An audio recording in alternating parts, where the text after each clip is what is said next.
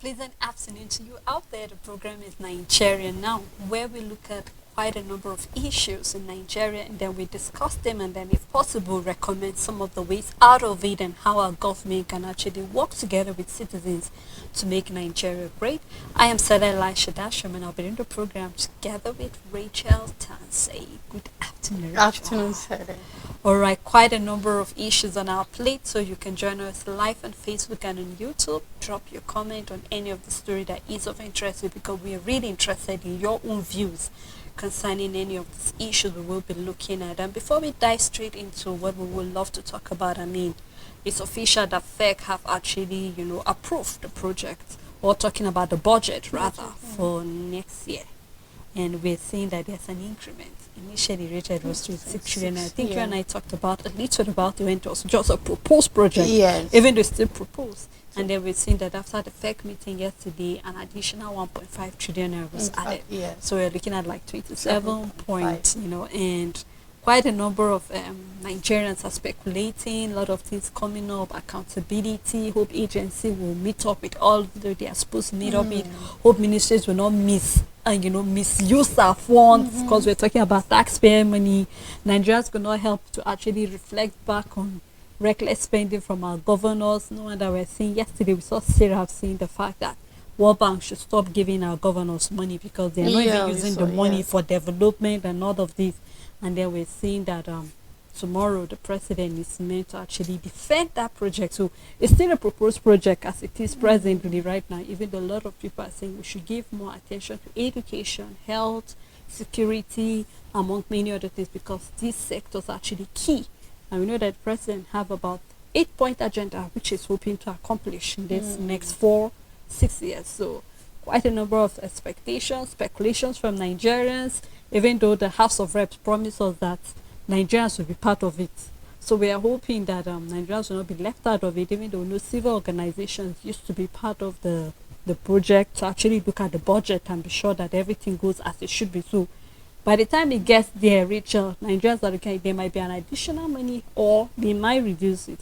But however it is, we just hope that our leaders will be accountable with this money, because as it is right now, it's just calls for more and more borrowing. But we hope that we'll see the money being reflected in various sectors, even though Nigerians might not be happy with the borrowing, because believe me, generations to come will have to pay for it, Rachel, as it is right now. But then our fingers are and crossed. paying. Yes, we are still paying. Some of us are still in Nigeria where we're paying debts that we were not even in the Nigeria when those debts were taking. So it's not surprising that, people long after these debts were taken will come and pay with the way we are going. But something can happen, and that's by the way.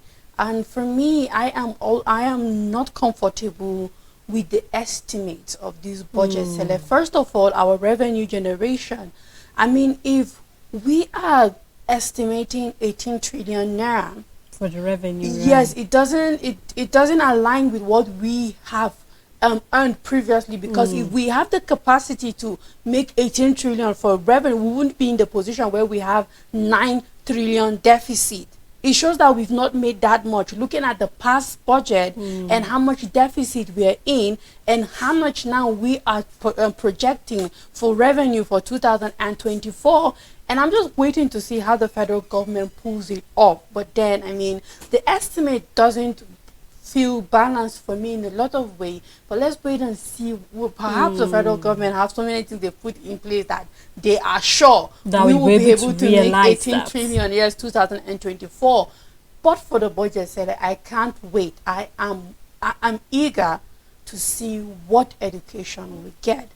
This will show us whether we have a federal government that wants ASUU to go on another strike or not. I just can't wait to see what will be allocated to education. I can't wait to see what health we get from the budget. Then this is when I will know whether the federal government are interested in keeping our medical personnel, or they don't care that they are japaying. I can't just wait to see what these two sectors will get.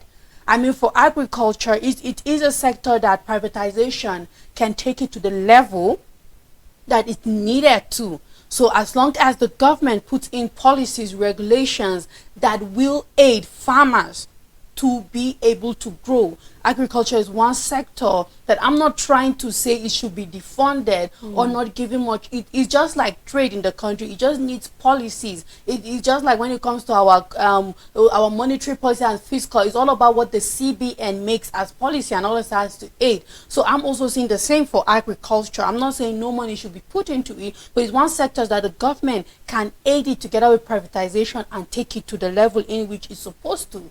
However, for medicine and education, I just want to see whether we have a government that don't want strike in the health sector and in the education sector. And then this is when I truly believe that by what the federal government is giving compared to what was given in the past, then I will say, okay, you know what, the Nigerian government have woken up and they don't want what is happening in these two sectors to repeat themselves again. Well, Richard, for me personally, I think the only way they can realize that 18 trillion naira is when we stop depending on oil too much. Yes. Because I'm still seeing us depending on oil from the Yes. benchmark and then increase and all of that. True. I'm still seeing us Of depending course, on we oil. are. I mean, this estimate is on oil revenue. It's on oil revenue, Yes, nothing else. Ellen. So let's just see how this whole thing goes. So Nigerians should just keep their seat tight. Tomorrow, when we get everything, we'll break it down and see whether we're going to give kudos to our government or we are going to actually cascade them for not doing the right thing. True. Now, let's take a look at one sector, which is transport.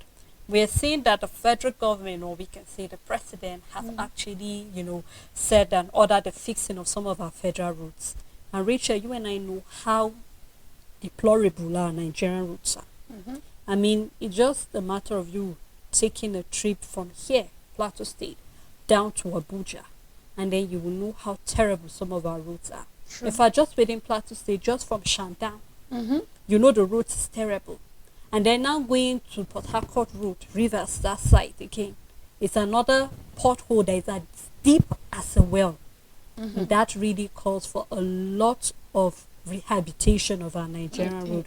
We will record that the President and Minister of Transport, Hope Umahi, have said, or Dave Umahi rather, have said the fact that we are going to be going into concrete roads because of looking at some of the bitumen we're using for the roads and not really, we have to import and all of that. So we're looking at something that is more economical and something that will last. And then we're seeing that they are part of, or will I say, there are some terms and conditions that the president actually gave. We remember where Dave Umahi already said for contractors, there will be deadline that will be given to them. And he personally will inspect the route.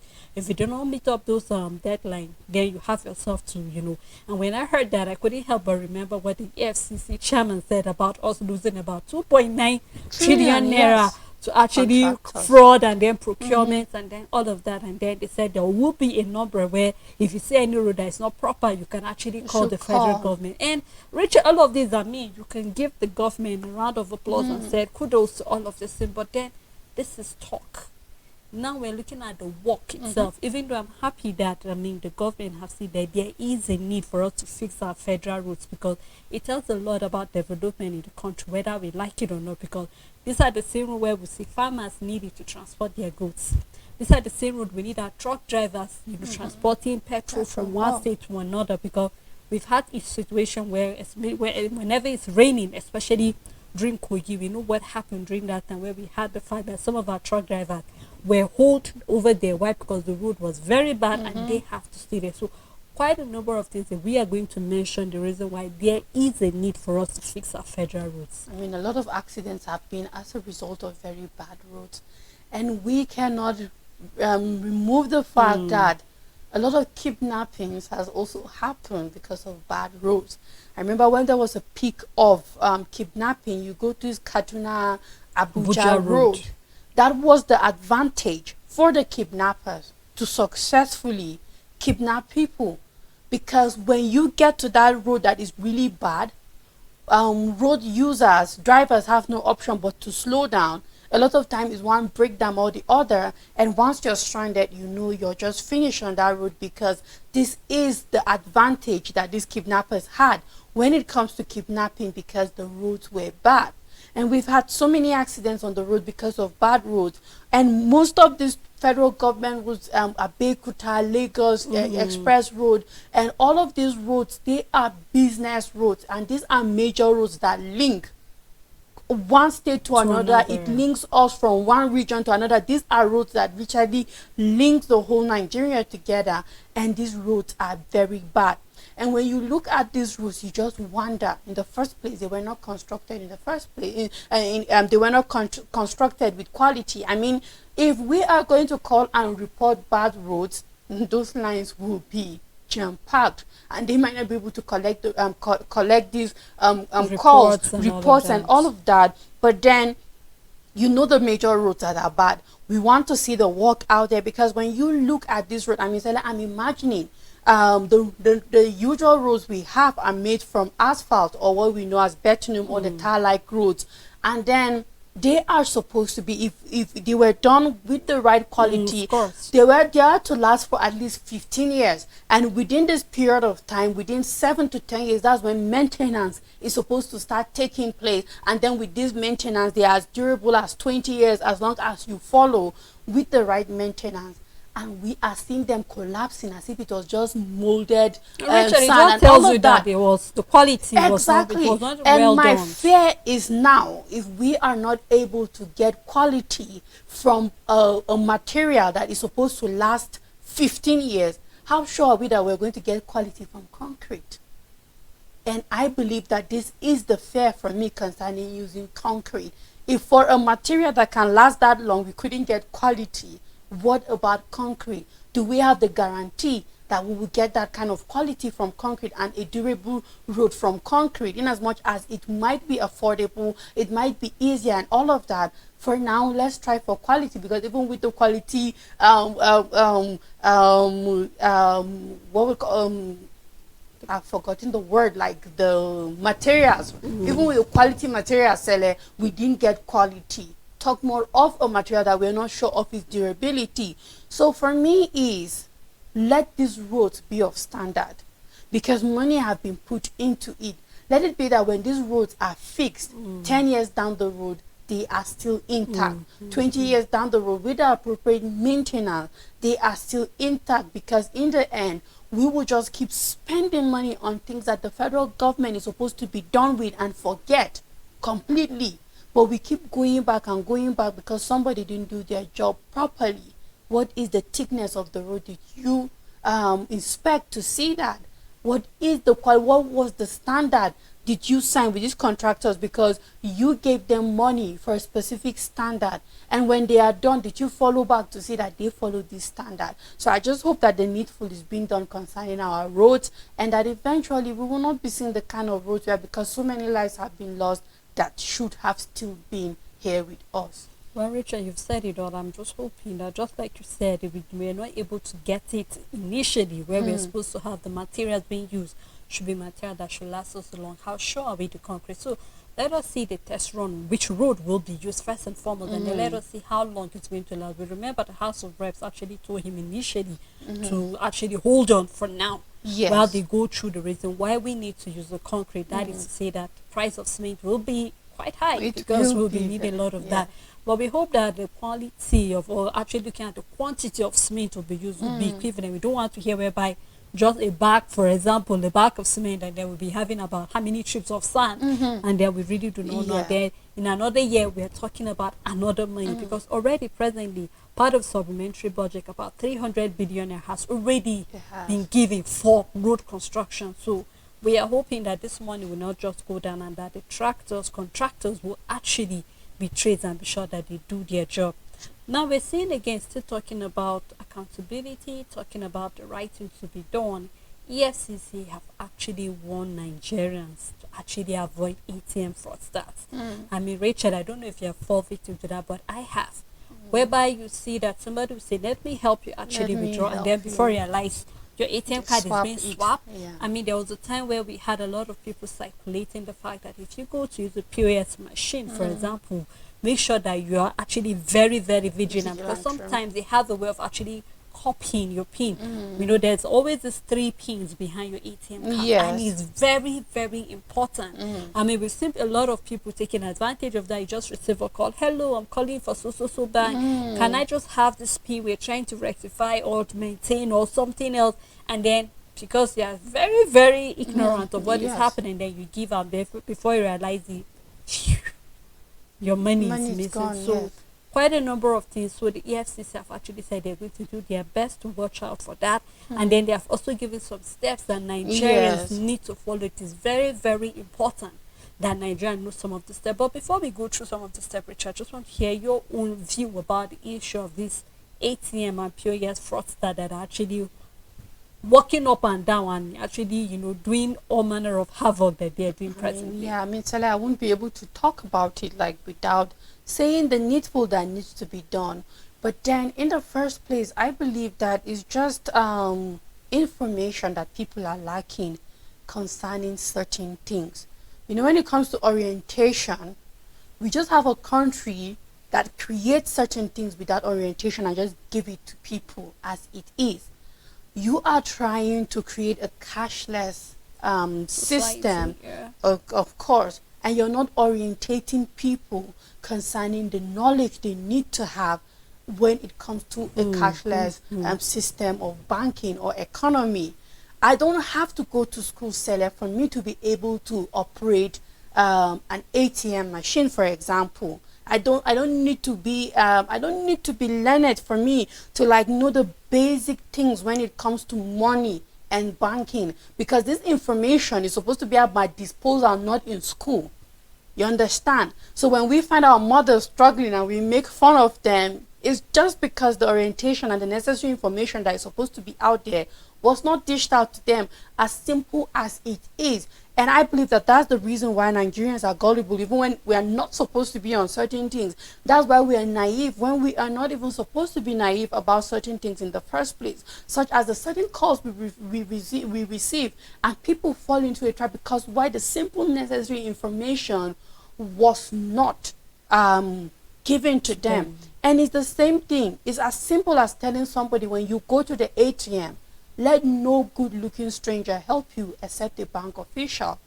That's As why we simple- always have security agency We by do. the ATM, By by the the door, ATM. everywhere. Take out your card. Go and call a bank official to come and help you.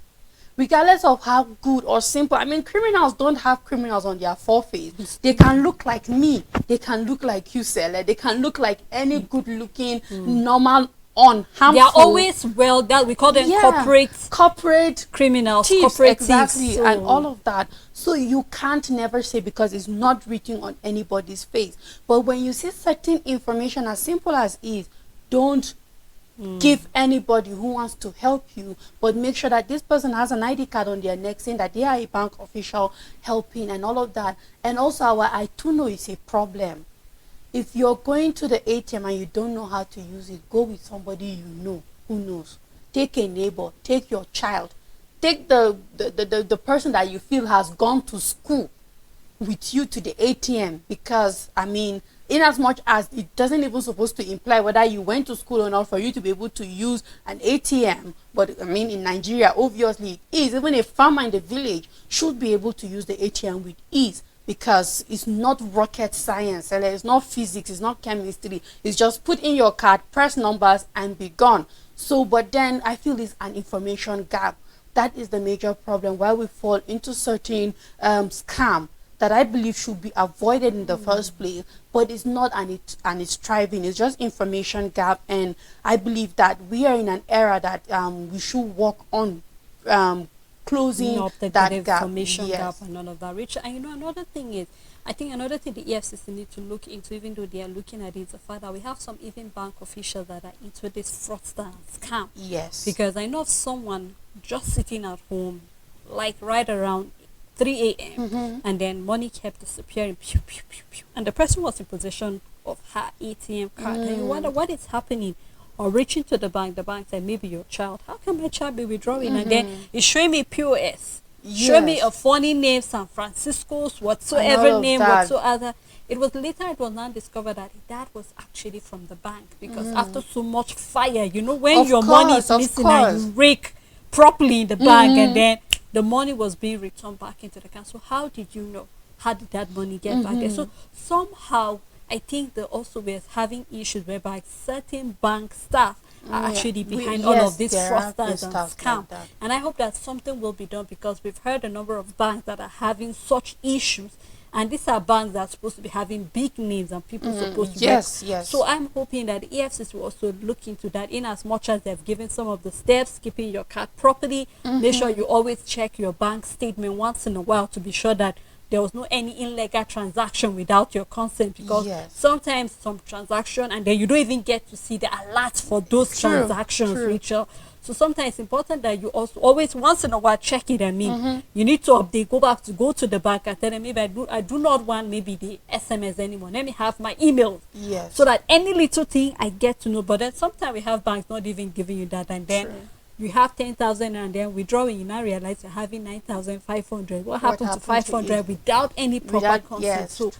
these are some of the things that make Nigerians having restless night, because they are not sure that their money is actually You safe. count your money when you withdraw it from the ATM, when we're supposed to Trust it. issue We do have again is trust coming in, issues, Rachel. yes. So I just hope that we have banks doing what they are supposed to do, because these things are coming up. And then also another thing here, they say you should call your bank to block your ATM Yeah, cards immediately when you see your card is stuck in there. yes. Do not leave there while they are still there. Your card is stuck. Call the security agency to come Yes. help you pull it out while you report that your Yes. card got and stuck. and, all and, of and that. also there was a major one concerning the USSD Yeah, code. there was a That code. is, yes, immediately you realize that your card had been swapped.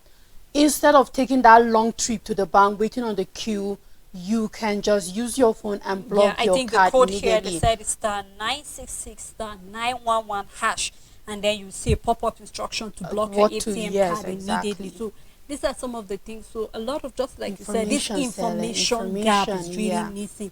And no wonder when you see an illegal transaction going on, you are confused, you don't know what to do. true. And this is something you can use anybody's phone. Anybody's phone. You don't necessarily need your phone, Exactly, just in case your phone yes. got missing, and then all of you just block your ATM immediately. You block your, so that no any illegal transaction goes. So I'm really happy that the FCC is taking this thing seriously. You can see that they are really working. And you to know make it's the sure- season for that. It is the season It's the for season that, for because that. a lot of Everybody people want to wants withdraw. to chill on somebody's hard-earned money. It's quite sad that we get to that position in this country. But then it's a lot of factors. But there's no how we can sit down and say it's okay for you to be a fraudster. We will frown at it regardless of whatever situation it is in Nigeria, and let the necessary authorities do the needful, the information, and it needs to get to people. So it's not just for AFCC, it's for banks, it's for me and you, Sele, to be able to put this message out there for people that, you know what, being a victim of fraud, you can actually avoid it if only you know the information you need to know. So I think it's very important that we know this. And then just like you said, it's the season. You'll just be sitting peacefully in the council, but want to start a transaction, and before you realize it, Yes, you're a they are giving victim. out information Yes. they're not supposed to give. So we have to be very vigilant. It's that time of the year already.